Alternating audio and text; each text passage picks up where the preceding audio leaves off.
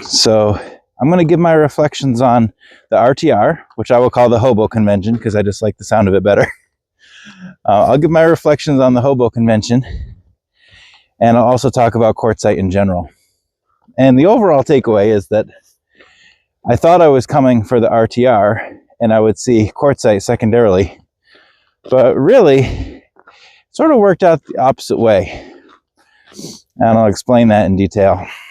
I'll start with the cons, the things that I thought were maybe lackluster or not as exciting as I had hoped they would be. And this one comes from my teaching background for sure.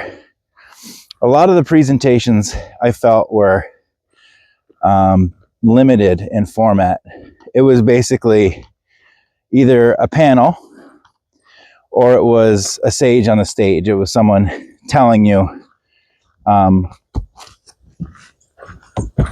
sage on the stage of somebody telling you what their experience was. And of course they were all modest. I don't mean sage in the sense that they were arrogant, but it's just one person up there talking. And as an educator, my first thought would be, let's have some varied formats. How about some more audience participation? These people all use their cell phones. You could do a cell phone interactive, which in education has become more and more common.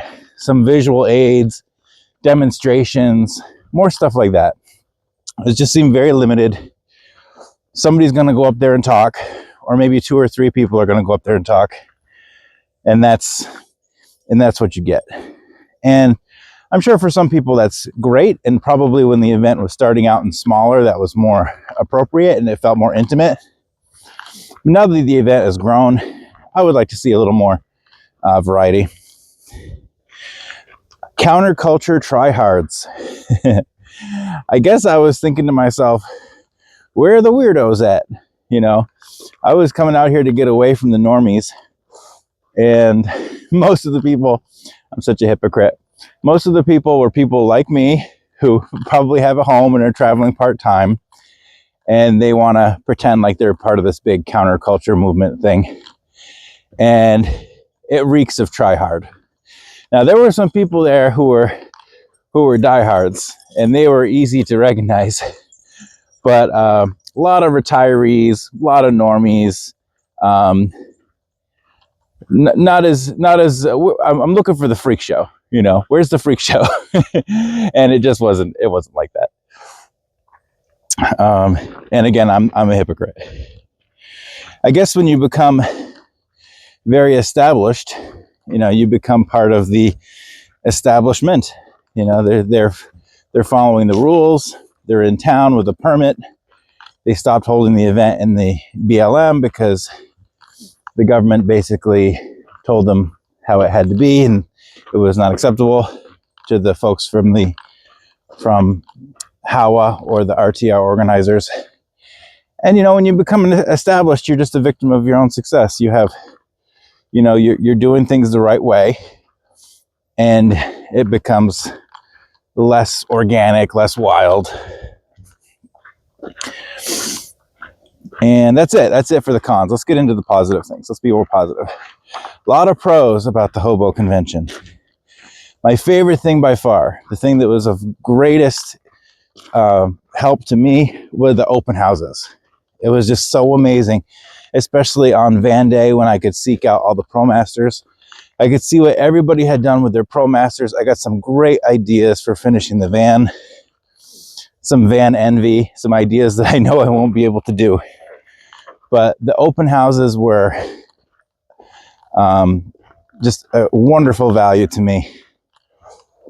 And I want to thank anybody who put their vehicle on display, whether it was a car, an ambulance, a schoolie, an RV, just very gracious to let us all stick our heads in there and secretly evaluate your decisions. Very kind of you, and much appreciated. No barriers to entry. Free event. Come and go as you want. Dogs welcome. No pressure. No sales pitch. Nothing like that. Just really no barrier to entry. If you're just starting out, or if you're just curious about possibly living this way, even part-time, great asset, great way to learn about sanitation and solar and the rules of the road, campground etiquette, just anything. Wonderful resource. Along with that, the whole community, very welcoming, very supportive. Everybody's just, there's no gatekeepers. If you want to be there, you're welcome. They don't care if you're just checking it out, if you've never even thought about dwelling in a vehicle. Oh, Cosmo's onto something. Cosmo is onto something. Who knows? Everything from regulations to activism, supporting people who have homes and vehicles, technical stuff, just you name it. Wonderful variety of topics. And if you're into that kind of thing, you can meet some of your YouTube personalities, people that you might follow. Bob Wells was very gracious. I think he did a meet and greet session every day. So kudos to him. Very kind to his fans. I did not bother him because I felt I didn't have anything unique to add.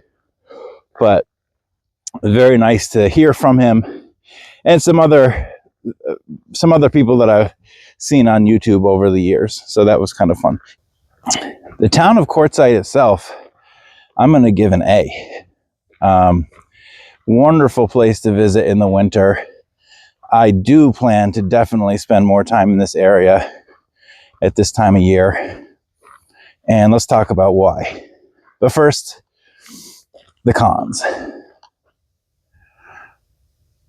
Cosmo, over here, buddy.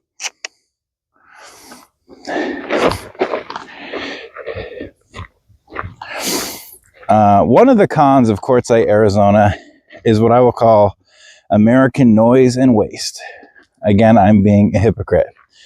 But if you have thoughts about your carbon footprint and saving the earth, you might find a lot of the things you see in Quartzite highly objectionable.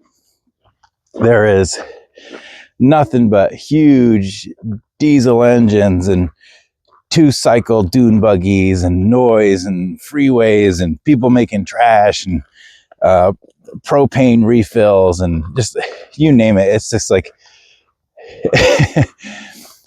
everybody comes out in nature to help destroy it together.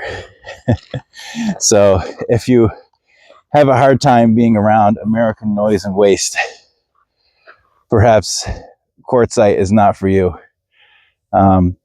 Only Americans could find a way to burn 4 different types of fossil fuels all simultaneously.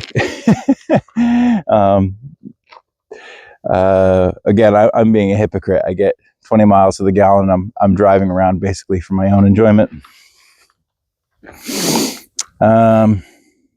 Another con would be what I'll call the retirement settled in vibe. A lot of these folks,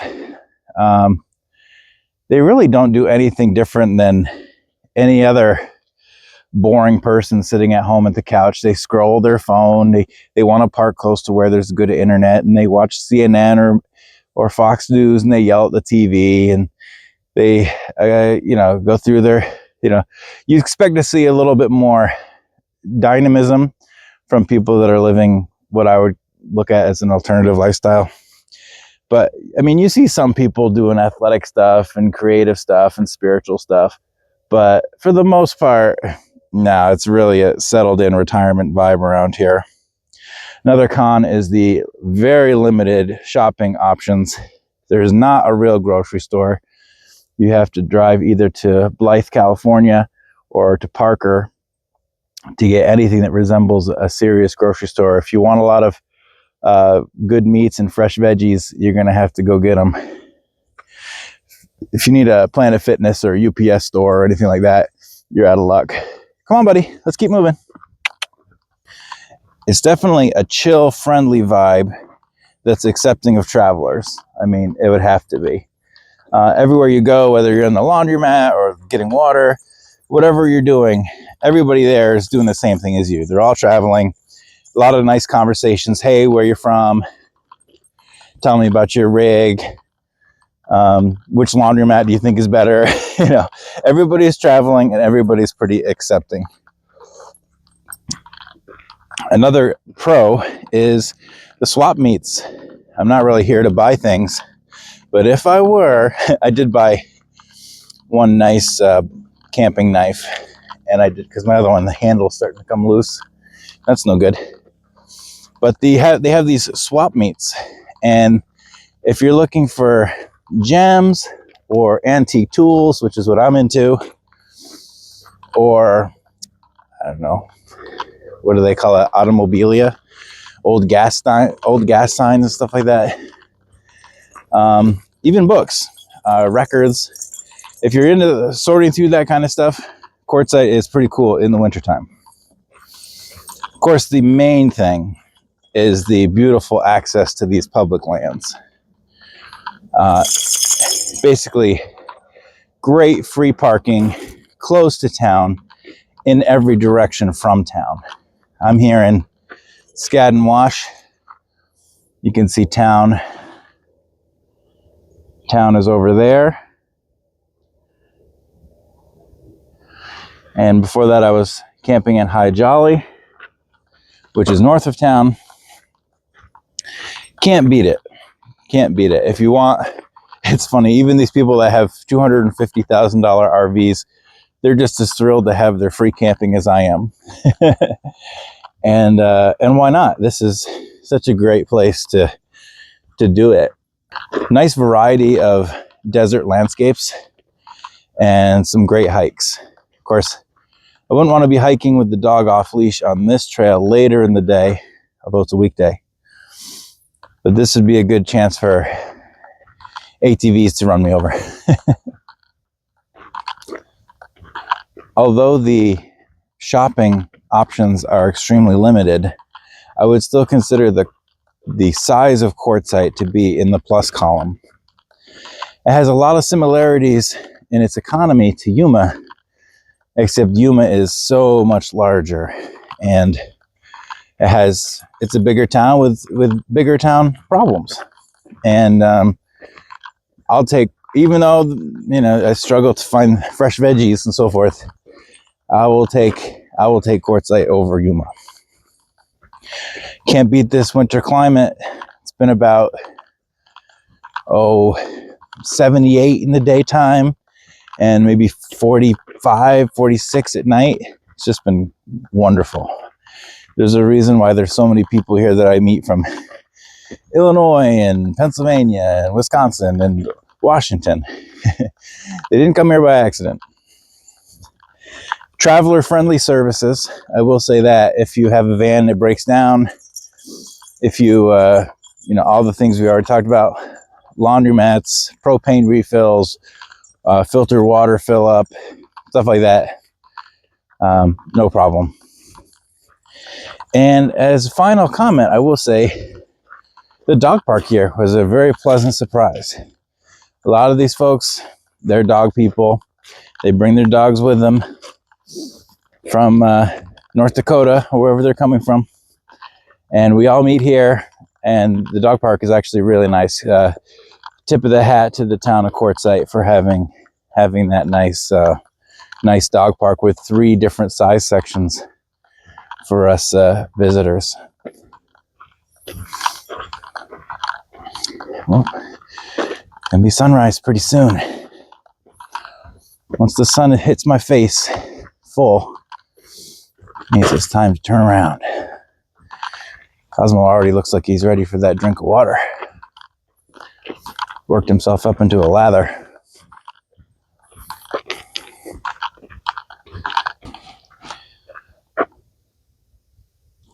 In closing, I'll just say that visiting Quartzite has been a great experience. The Hobo convention was great. Very pleased. Possibly we'll do it again. Quartzite has been a real find. If you want to be in the great outdoors a lot in the wintertime and you do not care for the snow and cold, this is where it's at.